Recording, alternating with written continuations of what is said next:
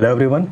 आज के इस लेक्चर में हम लोग इंडियन पॉलिटी के कुछ इंपॉर्टेंट क्वेश्चंस को डिस्कस करेंगे जो कि प्रीवियस ईयर एग्जाम्स में आए हुए हैं। तो आज के इस लेक्चर में हम लोग डिस्कस करेंगे ब्रिटिश ताज के शासनाधीन पारित नियम। ठीक है, तो आइए स्टार्ट करते हैं। तो सबसे पहले क्वेश्चन नंबर 1 है, निम्नलिखित में किस अधिनियम के अंतर्गत भारतीय विधान परिषद को बजट पर बहस करने की शक्ति प्राप्त हुई? भारत परिषद अधिनियम 1861, भारतीय परिषद अधिनियम 1892, भारतीय परिषद अधिनियम 1909 और भारत शासन अधिनियम 1919। तो उसका करेक्ट आंसर होगा हमारा भारत परिषद अधिनियम 1892। इस अधिनियम के तहत ही भारतीय विधान परिषद को बजट पर बहस करने की शक्ति प्रदान की गई। ठीक है, तो नेक्स्ट आते हैं हम लोग क्वेश्चन नंबर 2 पे। क्वेश्चन 2 है, ब्रिटिश भारत में सांप्रदायिक प्रतिनिधित्व की व्यवस्था निम्नलिखित में से किस अधिनियम द्वारा की गई? तो भारत में सांप्रदायिक प्रतिनिधित्व की व्यवस्था किसके द्वारा की गई? पहला ऑप्शन है भारतीय काउंसिल अधिनियम 1892, दूसरा पार्लियामेंट्री सुधार 1909, तीसरा मॉन्टेग्यू चेम्सफोर्ड सुधार 1919 और डी है भारत सरकार अधिनियम 1935। इसका करेक्ट आंसर होगा पार्लियामेंट्री सुधार 1919 और पार्लियामेंट्री सुधार को हम लोग बोलते हैं भारतीय परिषद अधिनियम। भारतीय परिषद अधिनियम 1909। तो इसके अंतर्गत ही सांप्रदायिक प्रतिनिधित्व की व्यवस्था की गई। नेक्स्ट हम लोग चलते हैं क्वेश्चन नंबर 3 पे। क्वेश्चन 3 है, 1909 का अधिनियम संबंधित था पृथक मताधिकार क्षेत्र के लागू करने से, विकेंद्रीकरण से, द्वैध शासन से, विधान परिषद से। इसका करेक्ट आंसर होगा ए, पृथक मताधिकार क्षेत्र के लागू करने से। ठीक है, नेक्स्ट क्वेश्चन हमारा है, निम्नलिखित में से किस एक अधिनियम द्वारा भारत में संघीय न्यायालय की स्थापना की गई? भारत परिषद अधिनियम 1861, भारत सरकार अधिनियम 1909, भारत सरकार अधिनियम 1919, उपरोक्त में से कोई नहीं। ये देखो, भारत में जो संघीय न्यायालय की स्थापना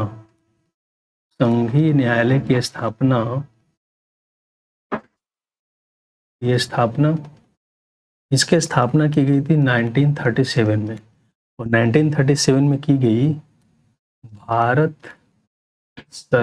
सरकार अधिनियम या भारत शासन अधिनियम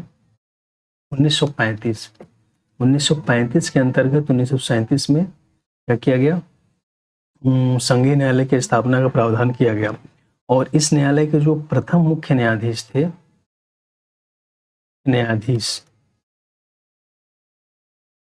प्रथम मुख्य न्यायाधीश जो थे सर मॉरिस ग्वेयर थे। Sir Maurice Gwyer. ठीक है, तो इसका करेक्ट आंसर क्या हो जाएगा? Option D. ठीक, क्वेश्चन पे हम लोग चलते हैं। नेक्स्ट क्वेश्चन, भारत का संघीय न्यायालय निम्नलिखित में से किस वर्ष में स्थापित किया गया था? तो भी हम लोग देखें 1937, तो option B is correct. 6 number का नेक्स्ट क्वेश्चन है हमारा, निम्नलिखित में से किस अधिनियम ने केंद्र में द्वैध शासन प्रणाली को स्थापित किया? तो केंद्र में द्वैध शासन प्रणाली को स्थापित किया गया था किसके थ्रू? तो केंद्र में द्वैध शासन की प्रणाली को स्थापित किया गया था, इसमें 4 ऑप्शन है, भारत शासन अधिनियम 1935, भारत शासन अधिनियम 1919, भारत परिषद अधिनियम 1909, भारत परिषद अधिनियम 1892। तो केंद्र में जो लागू किया गया था भारत परिषद अधिनियम या भारत शासन अधिनियम 1919 बी। देखो, ये अच्छा क्वेश्चन है। क्या बोल रहा है कि 1919 के भारत शासन अधिनियम की निम्नलिखित में से कौन सी प्रमुख विशेषताएं हैं? तो पहला है प्रांतों की कार्यकारिणी सरकार में द्वैध शासन की व्यवस्था, बिल्कुल सही है। मुसलमानों के लिए पृथक सांप्रदायिक निर्वाचक मंडलों की व्यवस्था नहीं, ये गलत है। क्यों? कि मुसलमानों के लिए पृथक सांप्रदायिक निर्वाचक मंडल की व्यवस्था की गई थी 1909 में पार्लियामेंटो सुधार, इसको बोलते हैं। तीसरा क्या, केंद्र द्वारा प्रांतों को विधायन शक्ति का हस्तांतरण, ये भी सही है। यहाँ पे पहला और तीसरा सही है, तो हमारा करेक्ट आंसर हो जाएगा सी, 1 और 3। ठीक है। नेक्स्ट क्वेश्चन है, भारतीय इतिहास के संबंध में द्वैध शासन डायरकी सिद्धांत किसे निर्दिष्ट करता है? केंद्रीय विधानमंडल का 2 सदनों में विभाजन, 2 सरकारों अर्थात केंद्रीय और राज्य सरकारों का शुरू किया जाना, सी 2 शासक समुच्चय, एक लंदन में और दूसरा दिल्ली में होना, और डी है प्रांतों में प्रत्यायोजित विषयों का 2 प्रवर्गों में विभाजन। तो इसका करेक्ट आंसर क्या होगा? डी होगा, प्रांतों में प्रत्यायोजित विषयों का 2 प्रवर्गों में विभाजन। नेक्स्ट हम लोग आते हैं, नेक्स्ट हमारा है कि भारत सरकार अधिनियम 1919 में प्रांतीय सरकार के कार्य आरक्षित, रिजर्व्ड और अंतरिम ट्रांसफर्ड विषयों के अंतर्गत बांटे गए थे। निम्नलिखित में कौन से आरक्षित विषय माने गए थे?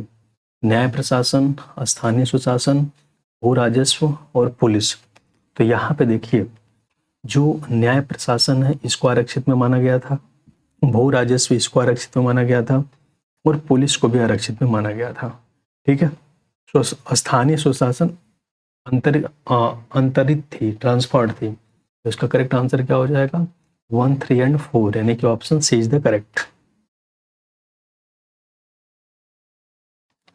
नेक्स्ट हमारा है, निम्नलिखित में से किसने ब्रिटिश भारत में प्रांतीय स्वायत्तता की शुरुआत की?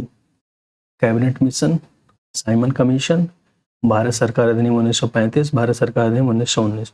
तो भारत सरकार अधिनियम 1919 क्या किया? भारत में प्रांतीय स्वायत्तता की शुरुआत की। ठीक है। नेक्स्ट हम लोग चलते हैं, भारतीय विधान पालिका प्रथम बार द्विसदनीय बनाई गई 1892 के भारतीय काउंसिल एक्ट द्वारा, 1909 के भारतीय काउंसिल एक्ट द्वारा, 1919 के भारत सरकार अधिनियम द्वारा, 1935 के भारत सरकार अधिनियम द्वारा। इसका करेक्ट आंसर क्या होगा? सी, 1919 के भारत सरकार अधिनियम द्वारा। ठीक है। नेक्स्ट हम लोग आते हैं, केंद्र में कौन सा एक्ट द्विसदनीय विधायिका लाया? सेम वही क्वेश्चन है, दूसरे तरह से पूछा गया है। 1961 का एक्ट, 1917 का एक्ट, 1919 का एक्ट, 1915 का एक्ट। तो करेक्ट आंसर इज सी, 1919 का एक्ट। नेक्स्ट हमारा है, भारत शासन अधिनियम 1919 के अंतर्गत भारतीय विधायिका का अंतिम निर्वाचन किस वर्ष में आयोजित किया गया था? 1930, 1934, 1945, 1947। तो पहली बार जो अंतिम निर्वाचन किया गया था वो था 1945 में। ठीक है। नेक्स्ट क्वेश्चन हमारा है, राष्ट्रपति की अध्यादेश निर्गत करने की शक्ति प्रेरित है? भारत सरकार अधिनियम 1919, भारत सरकार अधिनियम 1935, भारत सरकार अधिनियम 1909, भारत सरकार अधिनियम 1947। तो इसका करेक्ट आंसर होगा हमारा बी, भारत सरकार अधिनियम 1935 के थ्रू राष्ट्रपति को अध्यादेश निर्गत करने की शक्ति प्रदान की गई है। लास्ट क्वेश्चन हमारा है कि निम्नलिखित में से किस अधिनियम द्वारा संवैधानिक निरंकुशता का सिद्धांत प्रयुक्त किया गया?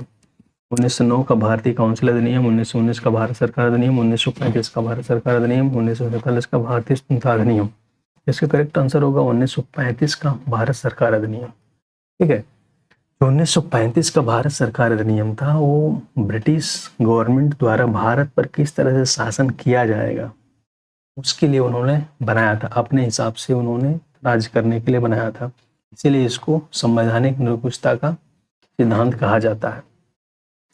तो आई होप सारे क्वेश्चन आप लोगों को समझ में आए होंगे। फिर भी अगर कोई डाउट हो तो आप कमेंट सेक्शन में कमेंट करके पूछ सकते हैं। अगर वीडियो पसंद आए तो प्लीज़ दोस्तों को शेयर करिए जिससे कि उन्हें भी बेनिफिट मिल सके। फिर मिलेंगे एक नए वीडियो में एक नए टॉपिक के साथ, तब तक के लिए ओके, थैंक यू।